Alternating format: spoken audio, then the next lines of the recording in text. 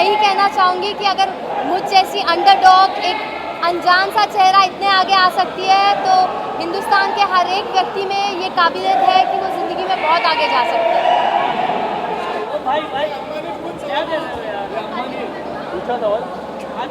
पूजा ma'am का हाथ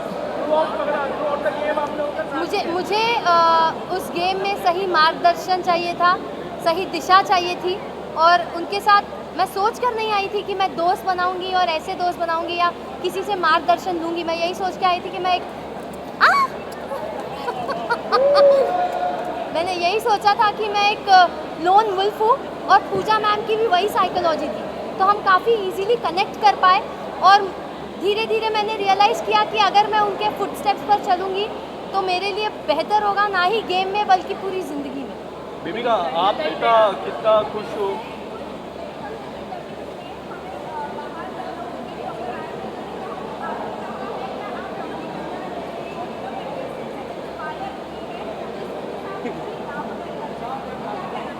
जी नहीं, मैंने ऐसा कोई स्टेटमेंट नहीं दिया था, बल्कि दूसरे कंटेस्टेंट्स ने मुझे शेम करने के लिए, मुझे इंसल्ट करने के लिए ये स्टेटमेंट्स दिए थे।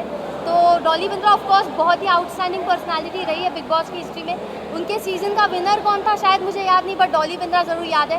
तो मैं ये नहीं कहूँगी कि मैंने ऐसी कोई स्टेटमेंट पास की थी या मेरे माइंड में था, बट हाँ, दूसरे कंटेस्टेंट्स ने मुझे शेम करने के इंटेंशन से छेड़ना शुरू कर दिया था और नाम लेना शुरू कर दिया था। But I have immense respect for the seniors of the show और जो भी एक्स कंटेस्टेंट्स रहे, तो मैंने ऐसी कोई स्टेटमेंट पास नहीं। बेबिका, अभिषेक की जर्नी को काफ़ी क्लोजली आपने देखा है। क्या आपको लगता है वो एज अ विनर, अगर एल्विश नहीं आते, कभी भी वाइल्ड कार्ड नहीं होते, तो वो as a winner perfect candidate थे? आपको लगता है ये? वेल, अगर आप मुझसे पूछे ऑन अ पर्सनल नोट तो मैंने उसमें एक विनर और लीडर का पोटेंशियल या फिर वो पर्सनालिटी नहीं देखी थी, लेकिन अगर एल्विश एंटर नहीं करता by public support and fan base, वो ज़रूर जीतता।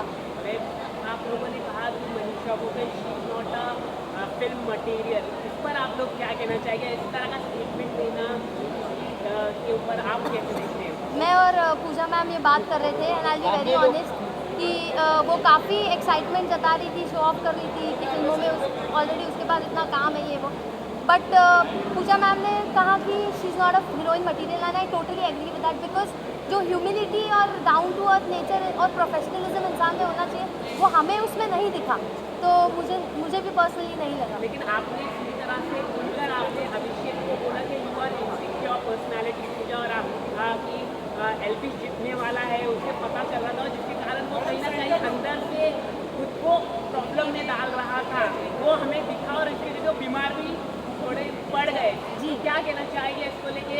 एल्विश को लेके अभिषेक काफ़ी इनसिक्योर पर्सनैलिटी थे, मनीषा भी थी। जी जी बिल्कुल। आप क्या कहना चाहिए? मैं यही कहना चाहूँगी कि शो की शुरुआत से अभी देखिए, मैं फेस रीडर हूँ, इंसान का चेहरा देखती हूँ और समझ जाती हूँ उसके मन में क्या चल रहा है या वो कैसी पर्सनालिटी है। तो अभिषेक में बहुत जुनून है जीतने का और अपना बेस्ट भी दे देता है, कभी कभार अपने मॉरल्स पूरे साइड में कर देता है, बट अपने आप को आगे थ्रो करता है और अपने आप को ऑलरेडी एक विनर परसीव करता है। मैं भी अपने आप को ऑलरेडी एक विनर परसीव करके उस घर में गई थी, तो वहाँ मैं उससे बहुत कनेक्ट करती हूँ और उसकी बहुत रिस्पेक्ट करती हूँ।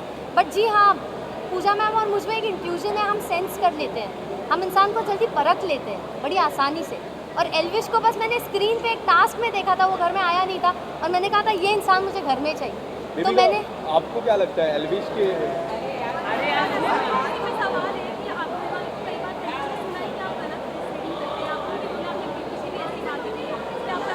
देखिए, अभी फेस रीडिंग का एक रूल होता है कि आपको सच बोलना है।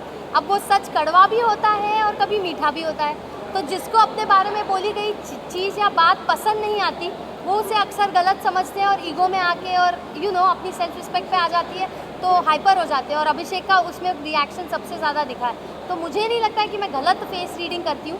हाँ, एस्टिमेशन मेरे थोड़े इधर उधर हो सकते हैं, वो भी बहुत छोटे मात्रा में, बट गलत तो नहीं कह सकती, क्योंकि इवेंचुअली वक्त के साथ ही आपको पता चलेगा। एल्विश में मैंने हमेशा पोटेंशियल देखा था और मैं हमेशा सोचती थी एल्विश जीतेगा कंपेयर टू अभिषेक, तो वो हुआ है।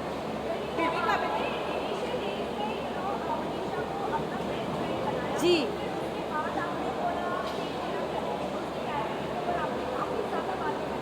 जी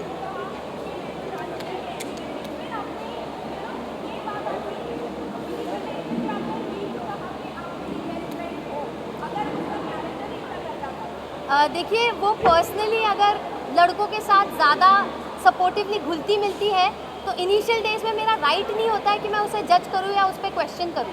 मैं एक कंप्लीट स्ट्रेंजर थी, वो एक कंप्लीट स्ट्रेंजर थी, और वो उसका यूएसपी है, उससे उसने अपना पूरा करियर बनाया है। जहाँ पे मैंने ये नहीं कहा तेरा कैरेक्टर गंदा है, मैंने ये कहा कि तू लड़कों के साथ मेल फ्रेंडशिप को ज़्यादा वैल्यू देती है और फीमेल फ्रेंडशिप्स की तेरी नज़रों में कोई कदर नहीं, और तू हमेशा लड़के लड़के करती रहेगी तो जो फीमेल फ्रेंडशिप में जो पावर और जो एसेंस होता है ना वो तू गवा देगी।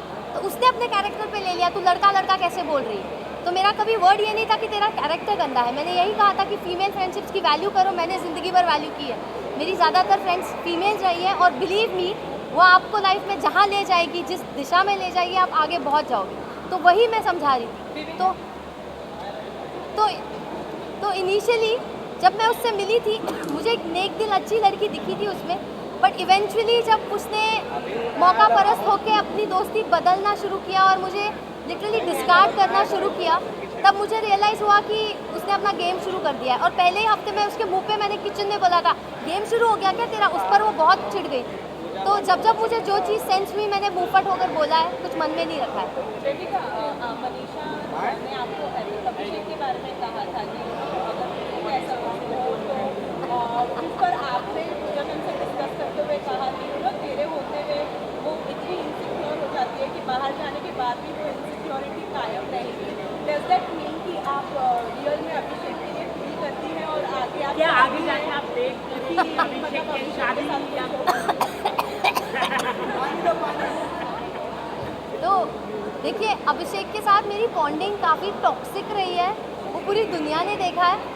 और अभिषेक की जो पर्सनालिटी है ना वो इतना डोमिनेंट, इतना एग्रेसिव और ओपिनियनेटेड है, और मैं भी डोमिनेंट, एग्रेसिव और ओपिनियनेटेड है, उसमें मुझे बहुत सिमिलैरिटीज़ है। तो दो स्वॉर्ड्स, दो तीर कमान एक साथ रहेंगे तो युद्ध तो होगा, घमासान युद्ध होगा। तो अगर वो उस युद्ध के लिए तैयार होता तो वो मुझे अप्रोच करता। बट ऐसे मर्दों को ना अक्सर वो चुपचाप रहने वाली, थोड़ी मंद बुद्धि सी, थोड़ी शांत स्वभाव की, थोड़ी हाँ में हाँ मिलाने वाली लड़कियां पसंद आती हैं। तो मुझे नहीं लगता मैं किसी को पसंद आऊँगी जो ऐसे मर्द होते हैं। मुझे नहीं लगता मैं अभिषेक को पसंद हूँ, तो उस एंगल में मैंने कभी सोचा नहीं है।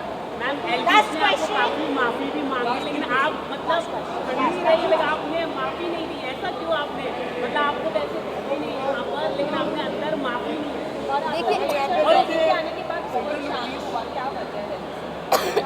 देखिए एल्विस ने पहली बार में ही मुझे देख के कहा था ये ढीठ है।